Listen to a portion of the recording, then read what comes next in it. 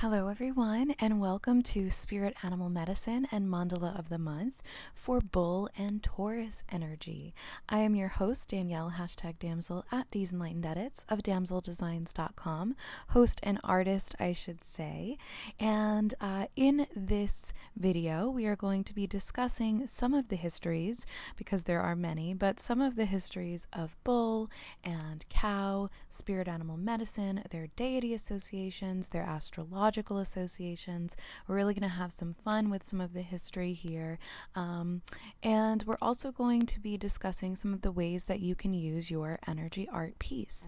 So if you follow me in my work, you know that I love to show people the interconnectivity of deities, of mythology, and especially of Christ-like figures, because that Christ-like energy, that Christ consciousness, is an energy that I believe and have experienced to have been on the planet many times before in many different names and facets and incarnations, coming back in physical form or under a different name when they need to, in order to speak to humanity and help encourage humanity's enlightenment process. So, for example, we have Christ, we have Krishna, we have Horus or Heru in Egypt. All of these to me are the same figure. Now, Mithras is another one that people have associated as the Christ-like figure. Mithras' story is very similar to the story that we still tell about Christ. So Mithras was said to be born of an immaculate virgin, of a holy virgin mother. Some of the original correlation in connection with Taurus is being very, very stubborn, sometimes destructive. This can also be where we get the symbology of bulls being aggressive, right? Because Poseidon is said to have activated that within the bull and make them aggressive to destroy the kingdom of Minos. Now, that was not enough. So in addition to bull carrying and maintaining that image or that ability to be tapped by that anger and aggression, Poseidon asked Venus or Aphrodite to have Minos' wife fall for that bull, fall in love with that bull, become obsessed with that bull. And this is where we get the association where the Minotaur was created. Because I want you to understand, how deep these things go, how far they interplay with one another, and the history that we have of this stubborn streak or this aggression or this uncontrollability that still reigns in some Tauruses to this day, and the history that we also have in association with sacrifice and the bull, because when bull spirit animal comes up for you, it can actually help you heal these patterns of sacrifice or of being sacrificed or of sacrificing too much for your desired dreams. Or Taurus people also notoriously make money much more easily, save money much more easily, and just have an easier relationship because it is a physical thing. It can be a physical thing of beauty or that provides beauty, and so they have an easier relationship with it. So if you are not a Taurus, or if you don't have Taurus associations, you may want to work with that energy or this energy, and you can see we have tons of green in the piece here to help you ground a better relationship with money.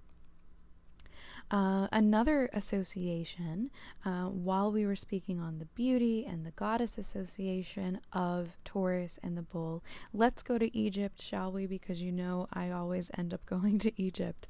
But one of the most famous associations in Egypt with cow and bull is the goddess Hathor. Now, Hathor is known to be a daughter of Ra. I'm speaking to my starseeds for a minute, by the way. It's important for you to know that the Hathors are also a star race. So Hathor is not just a goddess. The Hathors are known as a race of star beings. So Hathor is a goddess of both the moon and sun, and she has her people that were ushered into Earth and came through the portal of Sirius, in fact, which is where they picked up some Isis association. And these beings, I love these areas as well.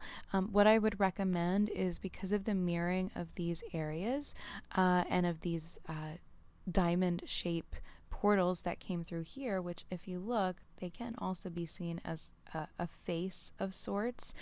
They look to me like a lot of the African masks. But something that you can practice with those two diamond areas is placing your hands, left and right hand, on each of the diamonds and letting that energy pour through to you, and then focusing either your heart or your third eye at this center portal space and allowing light to stream through to you. This face here that we have, when we look from a farther standpoint, we can see like a bull type energy here with a beard, goatee I'm seeing here, and a nose and eyes over here. So that energy I am seeing associated with Zeus and the story of Zeus, portraying himself as the bull to impregnate Europa. So that's even another association and another deity face that can come through. This is my favorite thing about the Damsel Divine Mirroring pieces is you're always going to see something new. You never know who's going to come through. I just program them with, to come through in light. But it's always a surprise for me. Nothing you see in these is intentionally placed there. It's always coming through on its own. Now, so that may be someone else you're drawn to work with. And with that, we are going to close out the energy of this container. I would be very happy to see you next time or in another one of my containers or live or one-on-one sessions. And I wish you love, light, and light codes until then. With blessings, love, Danielle, #Damsel, at Deezenlightened Edits, damseldesigns.com. All rights reserved. Be blessed.